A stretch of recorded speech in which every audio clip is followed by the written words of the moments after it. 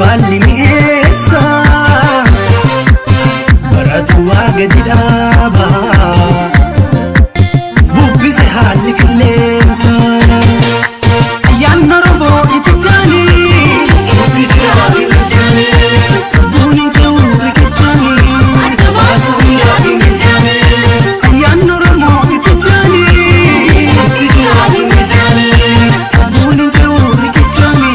adda baasa hundaa ingilchaani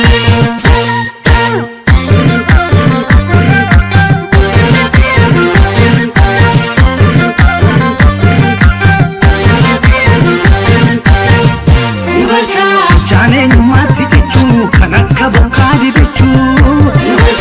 leelloo biyyaatti jabaanii gameessi boonu sabaani gaara rumaa bifti kecha bu'aa bareefa fakkeecha gariin yaallallata garaaf lammii dagata gadaan sirna nuura qabu kan ayyaantummaa lallabu dhugaan hin dhabuu riqicha baratuu gingilcha baratuu gingilcha baratuu gingilcha baratuu gingilcha malaaloo malaaf malatu daboo kijibaa kadhatu dhugaa warra waaqa michuu barri haa gingilchuu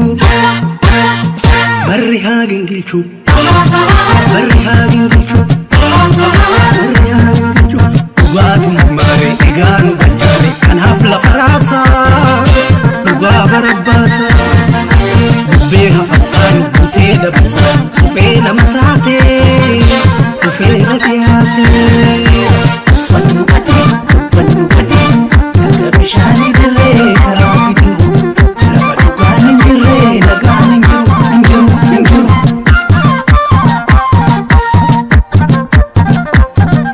hin jiru hin jiru hin jiru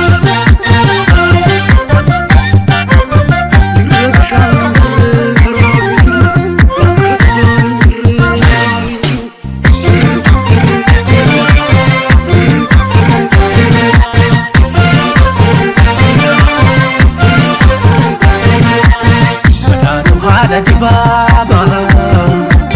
shuwise balli mi'eessa baratu waa gadi dhaaba bubbise haalli qilleensa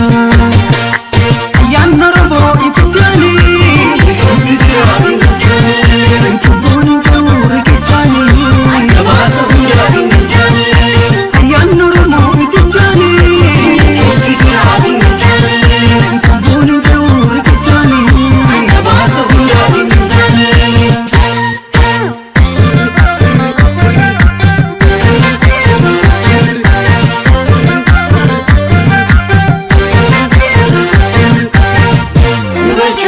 Yaato gorii waa muruu ijoollee mataa guduruu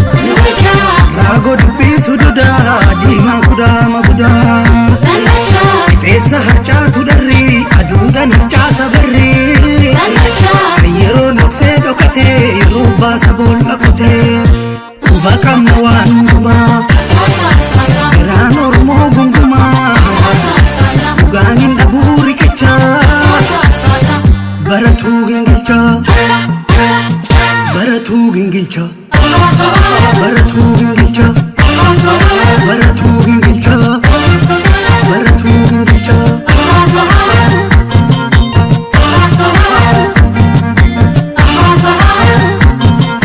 minaan baaburaa walii keessa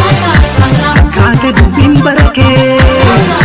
dhugaa warra waaqa michuu barri haa gingilchuu barri haa gingilchuu barri haa gingilchuu barri haa gingilchuu dhugaatuma maali egaanu galchaare kanaaf lafa raasaa dhugaa barabbaasa bubbee nafarsaadha butee dabarsaa